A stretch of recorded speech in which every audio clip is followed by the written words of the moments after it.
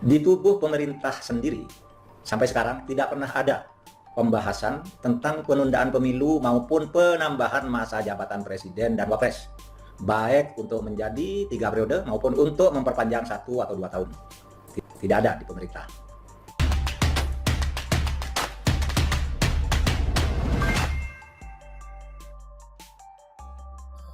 Untung saja Mahfud MD batalkan rakor bahas isu penundaan pemilu, ditulis oleh X Hardi dari siwar.com. Beredar kabar kalau Kemenko Polhukam menginisiasi rapat koordinasi membahas penundaan pemilu 2024 di Balikpapan, Kalimantan Timur. Acara ini sebenarnya direncanakan digelar pada hari ini dengan mengundang KPU dan Bawaslu sebagai narasumber. Dalam hati saya berpikir, ini drama apa lagi yang sedang dipertontonkan?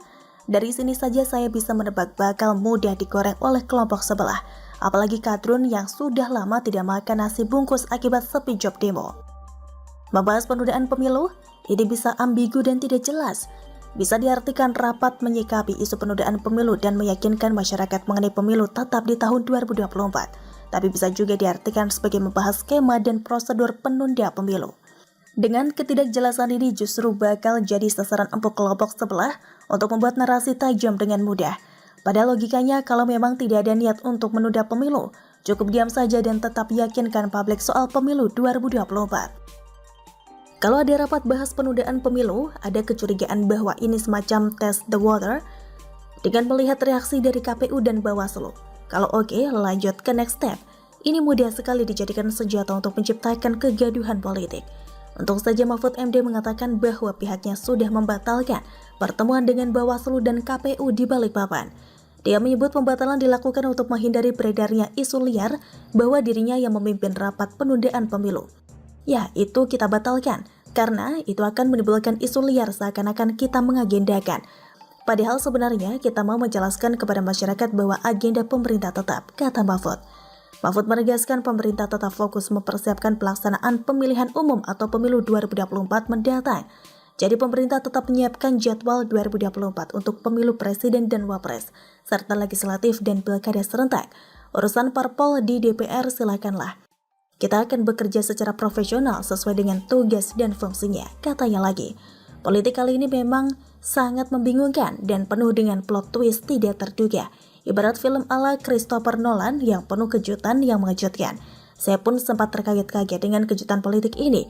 Penundaan pemilu, ada parpol yang mendukung dan sekarang ada rapat pembahasan penundaan pemilu. Kalau saya yang sudah melahap politik sekian tahun saja bingung, apalagi orang awam. Mereka bakal mudah berpikir atau disetir untuk berpikir bahwa rapat seperti ini tujuannya untuk diam-diam menyiapkan skema penundaan pemilu.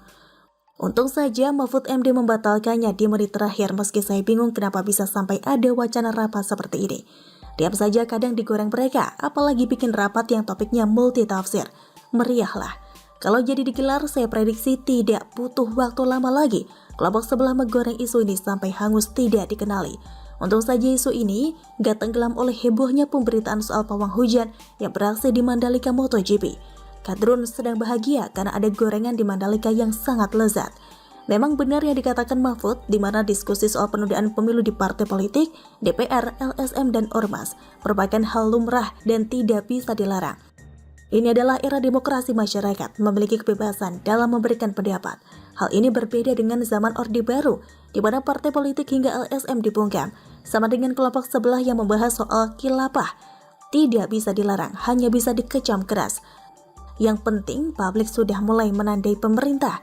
Tinggal menunggu komitmen pemerintah tetap menyelenggarakan pemilu di tahun 2024, atau malah menunda seperti yang diributkan saat ini.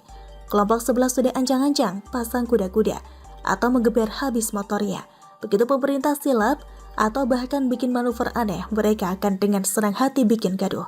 Ingat, tidak semua pendukung Jokowi mendukung ditundanya pemilu, termasuk saya sendiri. Kelompok sebelah sudah pasti tidak mendukung apapun ceritanya. Jadi akan ada banyak gelombang penolakan yang luar biasa. Dan kalau ini ditunggangi, bakal jadi peluang politik yang luar biasa.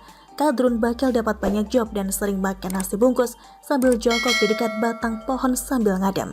Bagaimana menurut Anda?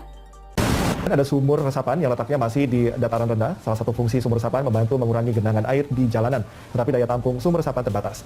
Lokasi yang menjadi titik genangan air ketika hujan perlu diperbaiki agar kedepannya tidak ada lagi banjir. Sejauh ini pembangunan sumur resapan masih terus dilakukan.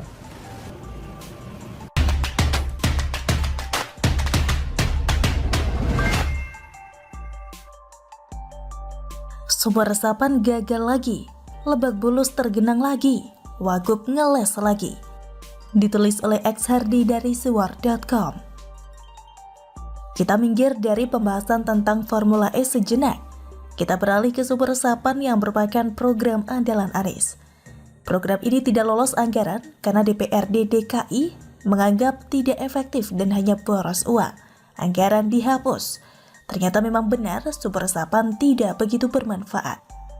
Buktinya, Jalan Karangtengah Raya, Lebak Bulus, Jakarta Selatan sempat terendam banjir meski sudah ada sumur resapan. Banjir tersebut akibat hujan deras yang mengguyur Jakarta sejak siang hari. Sumur resapan milik Pemprov DKI Jakarta juga terendam banjir. Arus lalu lintas di lokasi tersebut sempat tersendat. Wagub DKI Ahmad Riza Patria mengatakan hal itu bisa saja dipicu daya tampung sumur resapan yang terbatas. Jadi mungkin saja ada sumur resapan di satu daerah atau satu titik yang memang tidak dapat memenuhi kapasitas air di situ, kata Riza. Sekalian aja bilang airnya bandel, disuruh masuk ke dalam sumur malah tidak mau. Airnya bakal dibina dan diperbaiki akhlaknya dengan cara revolusi akhlak. Airnya akan dibina langsung oleh Imam Jumbo. Dia mengatakan jajarannya bakal mengecek kondisi tersebut. Riza menyebut masalah yang terjadi bakal segera diatasi. Ya artinya di titik itu perlu ada penanggulangan nanti. Apakah tambal atau saluran sekitar situ dibersihkan atau distribusi saluran airnya diatur kembali? Ya nanti dilihat, katanya.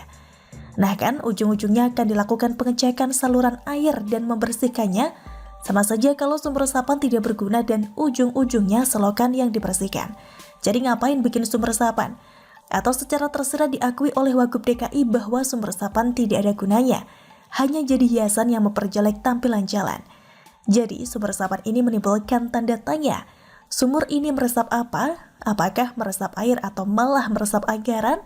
Dari berbagai banyak bukti memang terbukti sumber resapan bukan cara yang bagus untuk mengatasi banjir.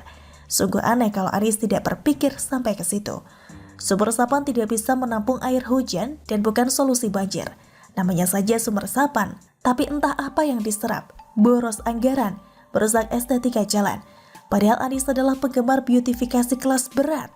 Mungkin sumber resapan kurang banyak, harusnya dibikin sumber resapan dalam jarak yang berdempetan, sehingga di sepanjang jalan dipenuhi sumber resapan. Silakan dicoba, mungkin takkan banjir lagi. Mungkin sebagian dari pembaca baru sadar kalau Wagub DKI sangat aktif pasang badan demi melindungi Anies. Sedangkan Anies malah kurang terdengar kabarnya.